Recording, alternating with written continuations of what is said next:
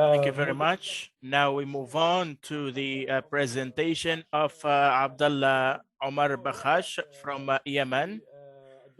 He is a PhD researcher in IPSI, and he will be speaking about othering in the discourse of the Yemeni electronic press, manifestations of hatred in times of conflict. The floor is yours. Thank you very much, Mr. Sadaq. And thanks to Dr. Hamida, Carola, and Anna, who have been working hard on organizing this international conference. So the topic I will be speaking about is about othering in the discourse of the Yemeni electronic press and manifestation of hatred in times of conflict. Yesterday, we heard about stereotypes towards minorities, and also regarding corona pandemic, etc. However, in my case, I'm looking at stereotypes in conflict and war, and I think that this goes beyond anything else we have heard.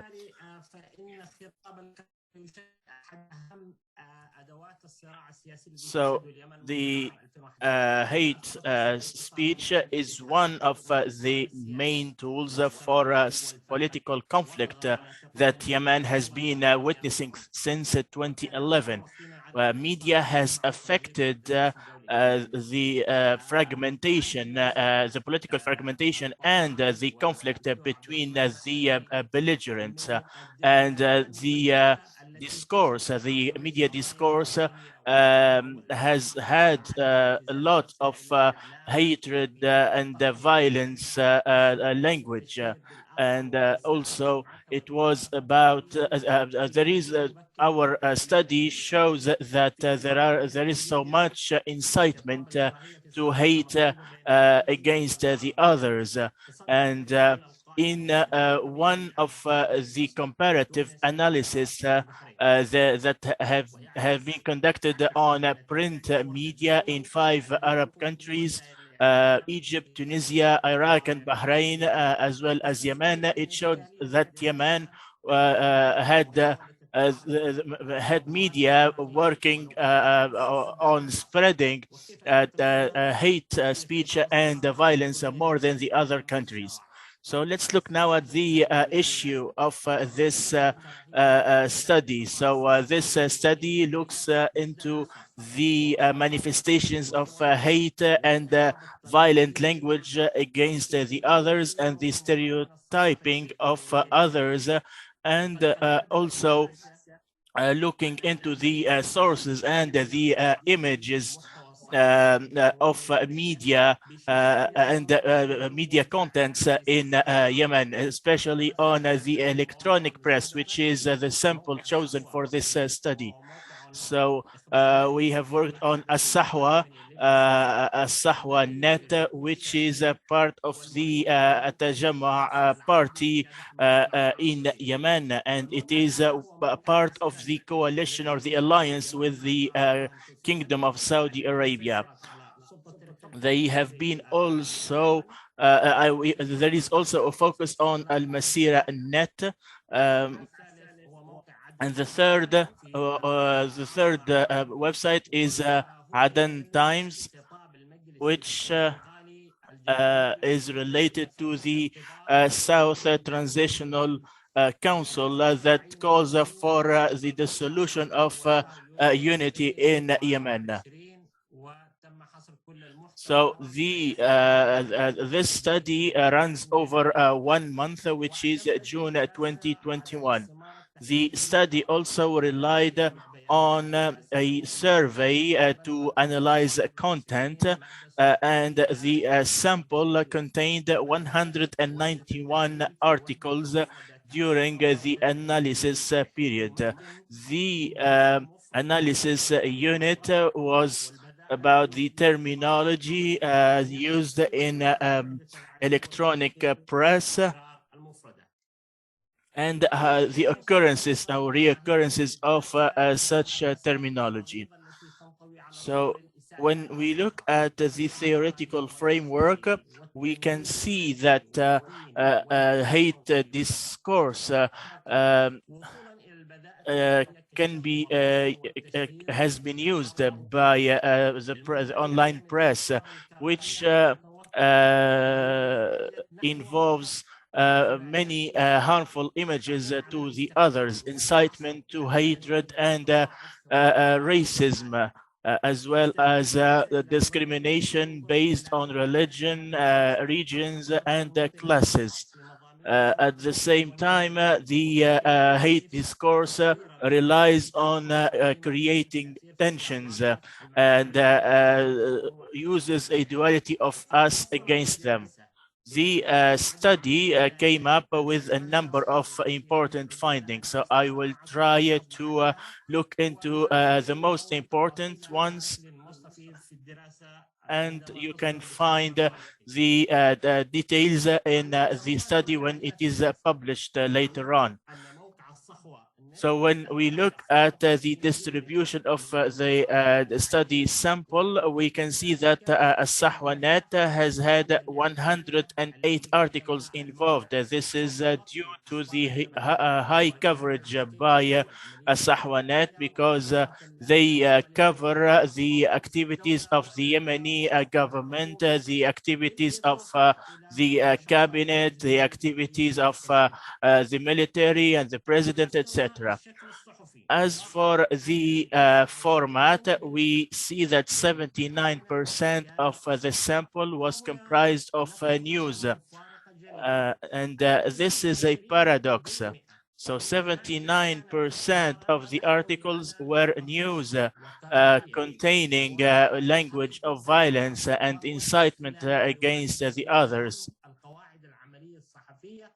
And one of the most important principles of journalism says that news should be sacred and should not contain any specific opinions. As for those who are targeted with discourse, we find that there are political parties, organizations, and personalities have been targeted with the hate speech and with violent language. We see, for example, the Houthi have been targeted with 55%. The Southern Transitional Council, on the other hand, is only 2% targeted, and then the legitimacy issue has been targeted in 43% of the articles. When we look at the entities, the government, for instance, has been targeted in 26%. The president was targeted in 4%. The Arab Alliance was targeted in 31%. As for the specific targeting, Al-Masira Net, for instance, was mainly focused on targeting the legitimacy issue. However, Al-Sahwa Net was mostly focused on targeting Al-Houthi. But Aden Times was divided between Al-Houthi and the legitimacy issue. When we look at the terminology of hatred, we have monitored 1,337 the terms used during our study. These terms have a deep ethical and political and religious dimensions. This is what I call hatred bombs because they contain very dangerous concepts. For example, the other parts, they can be portrayed as enemies of God and enemies of the Prophet. They say that they are mercenaries, they are cronies for Iran, they are agents, they are ISIS-like.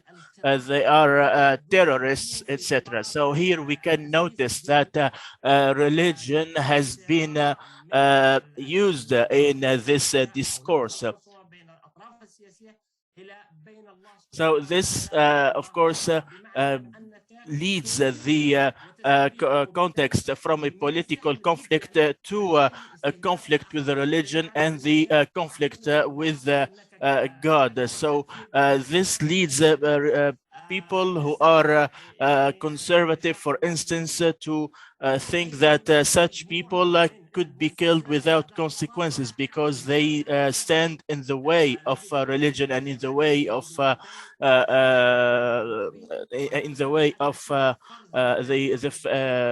those who are faithful.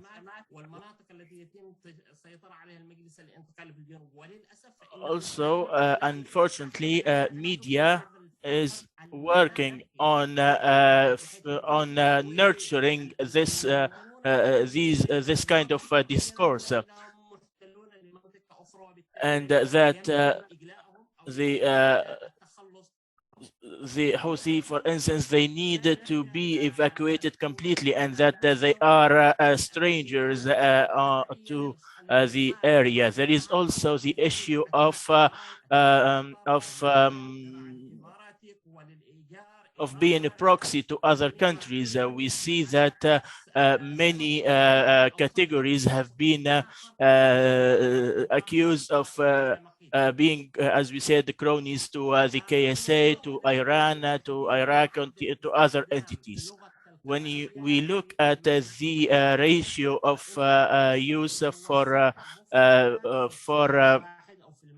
hate speech in electronic press is around 7 words per article. This is very alarming. When you read an article in one of these electronic press media, then when you find 7 words that are related to hatred, then that's very alarming. Also, when we look at the look to the otherness and how it has been targeted by the discourses, the first group that has been targeted would be the militias, and then the terrorists, then the traitors or the cronies for foreign parties. So if we add other terms, for example, to the terrorists, such as corrupt Al Qaeda, ISIS, blasphemy-related people, mercenaries, then we will have a much higher percentage. So we said that the third group is the cronies or the agents or the traitors. Then fourth, 8.2%. There is another stereotyping that the group would be conquerors, criminals, colonizers, etc.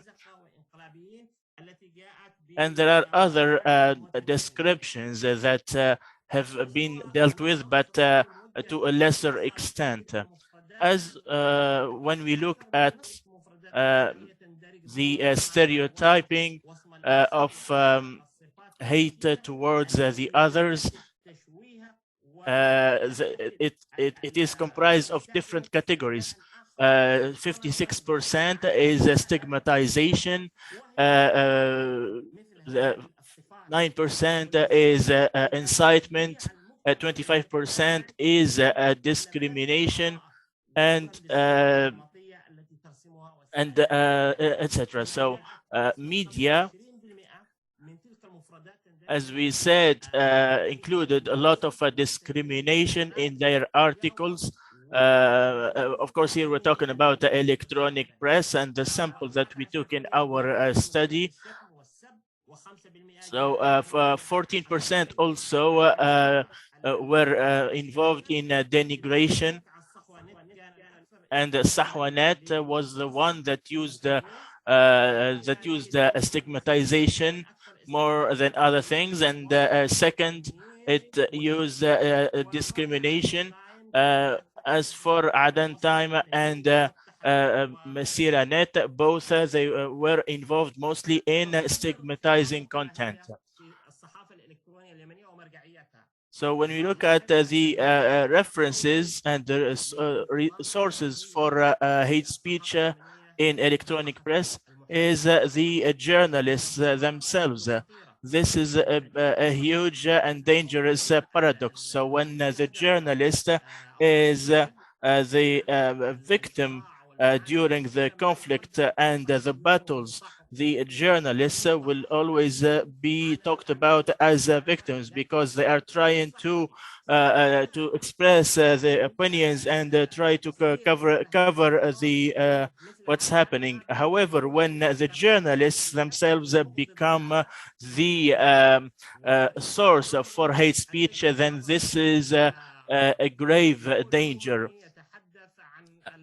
For example, there was a UN representative speaking about the Yemeni crisis and spoke in a neutral way about the parties. But the TV presenter that was doing the interview with the UN representative was very biased against one of the parties.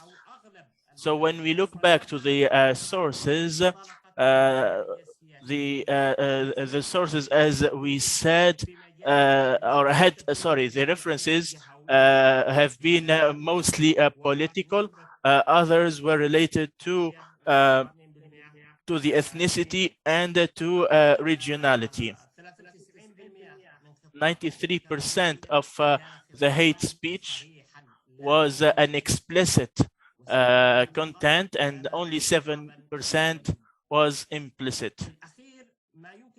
In the end, what I can reiterate is that hate speech and the stereotyping of others during the times of conflict and wars will exceed all limits. I will stop at this point. Thank you very much for your attention. شكرا لك أستاذ بخاش. الحقيقة كنت Thank you, Mr. Bakhash. You were concise and you really gave us a lot of information. I have a comment on the methodology and how can we make use of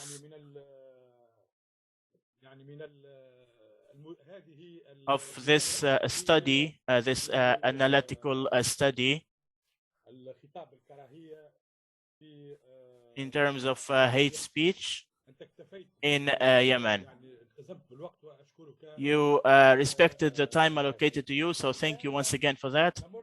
Now we can move on to the second presentation, or the third presentation, and I would like to ask the speaker to commit to the time allocated to them, so we leave some time for discussion. Mr. Abdurrahman Al-Shami and Mr. Abu Hussein from Qatar University. Abdul Hussein Koa, I'm sorry if I mispronounced the name. They will be speaking about discriminatory terms and expressions used in Yemeni online journalism. So we're staying on the topic of Yemen. I don't know who's going to start to speak. Hello, peace be upon you. Hello, Mr. Abdurrahman. So we'll be speaking about Yemen. Yes, we are. We love Yemen very much, it seems. Yes, yes, and this is a mutual feeling, I might say. So first of all, greetings to you, and greetings to Areacore for organizing this conference. And my thanks also to the IPSI. So I and Mr. Akwa will be speaking about the discriminatory terms and expressions used in Yemeni online journalism. this presentation actually is complementary to what Dr. Abdullah Bakhash has presented just before me. And on this occasion, I would like to congratulate him for his PhD thesis defense. So let's move on to the presentation. We will be speaking about the sensitive journalism and methods for media coverage. So first of all, when we speak about sensitive journalism, as we said, it is the most appropriate to deal with during our study. Impartiality is the core of media process, and also including the investigative journalism, including also all other types of journalism. And this is particularly important during times of war and conflict.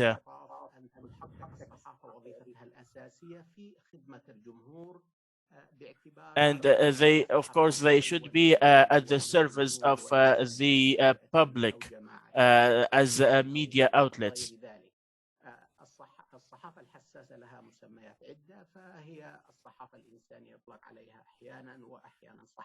So this is in within the core of the sensitive journalism. It is actually based on objectivity and to respect journalism values. This type of journalism and humanitarian or peace-related journalism is to look into humanitarian stories, but also to reach the different parties and to look for common ground and to converge ideas between and the perspectives between the different parties. So the other thing is that this kind of journalism should look into alternatives and solutions, creative solutions for the conflict.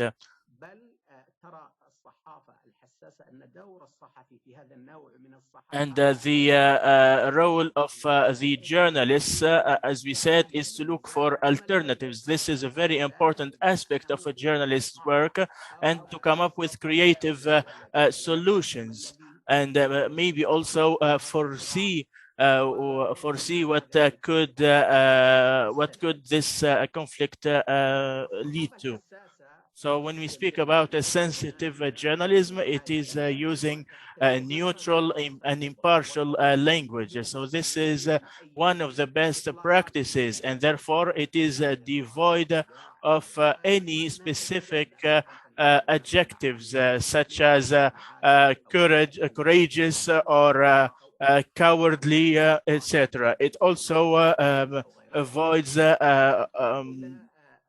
over detailed language. So let's look at the issue that this study addresses. It is to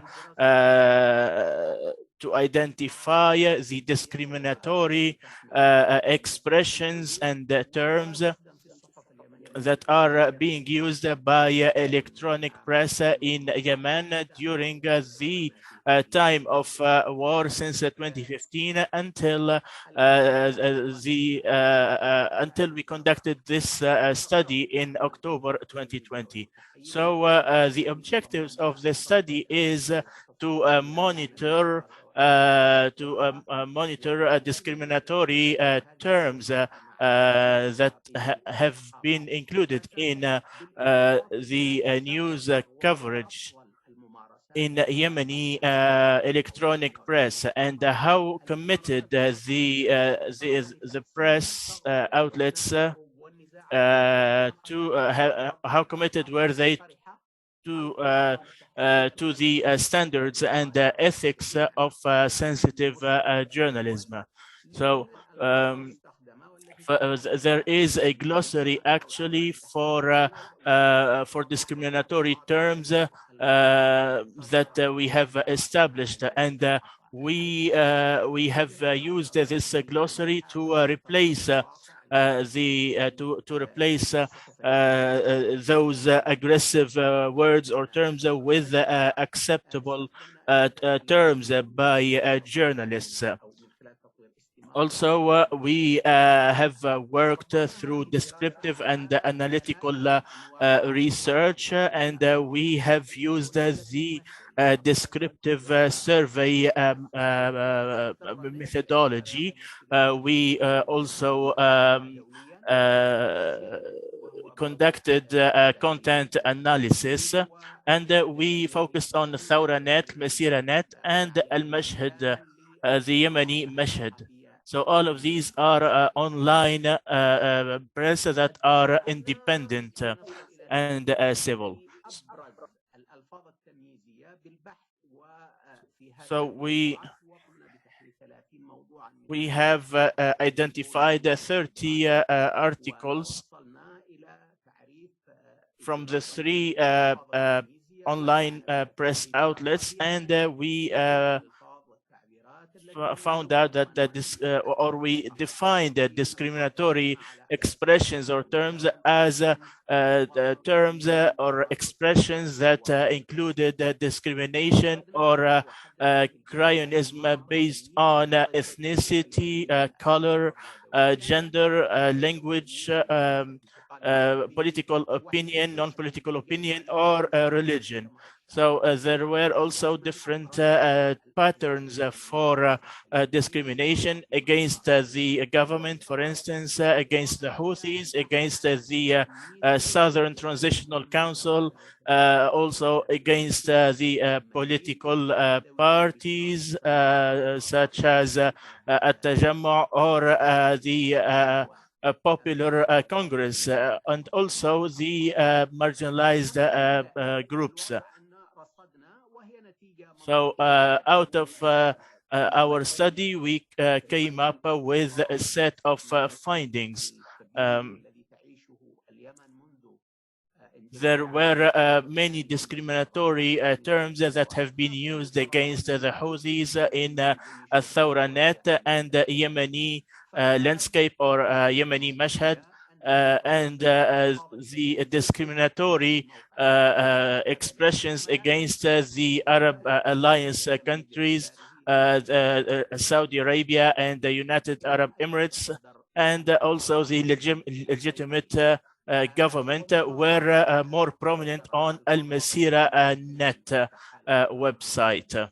So these 2 results were the first results that we reached that we have reached in this study. The next other points that we reached in this study is that the Yemeni landscape has been more or less committed to the journalism, sensitive journalism standards, as the Al-Mashhad has covered in a relatively balanced way the news and the stories of the belligerents. They also have used an impartial and neutral language, and they also cared and took interest in humanitarian stories. The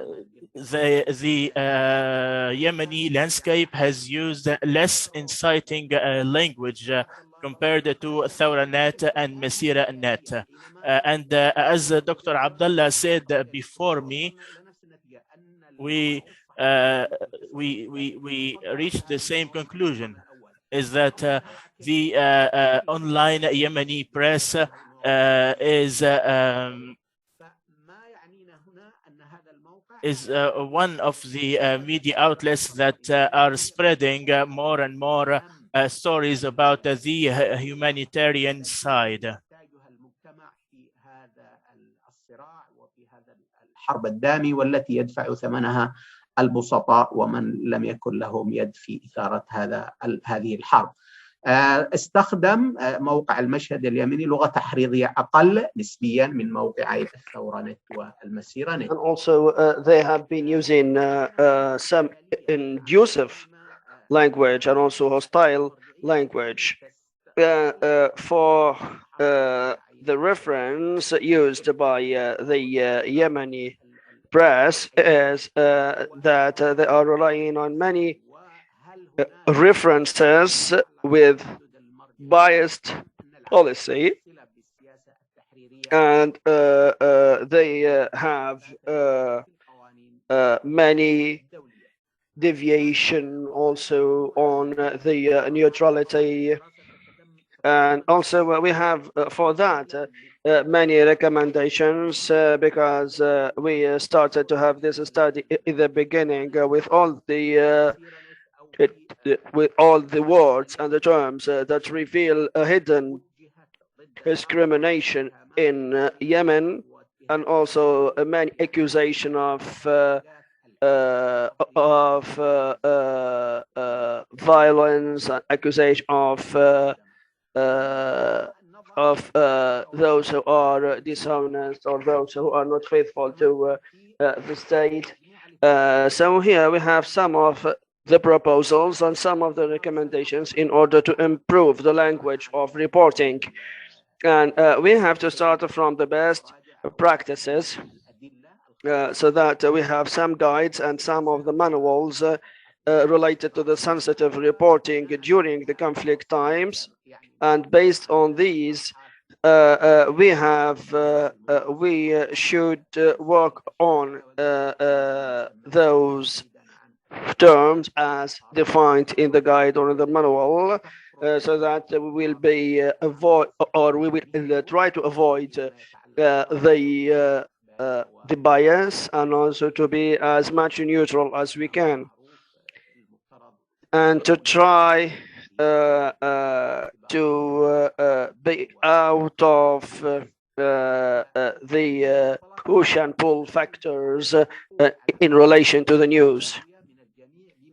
And also from the proposal, we insist to stand on an equal distance from everybody, so that we will have a common ground for everybody, mainly when we deal with sensitive reporting and sensitive press.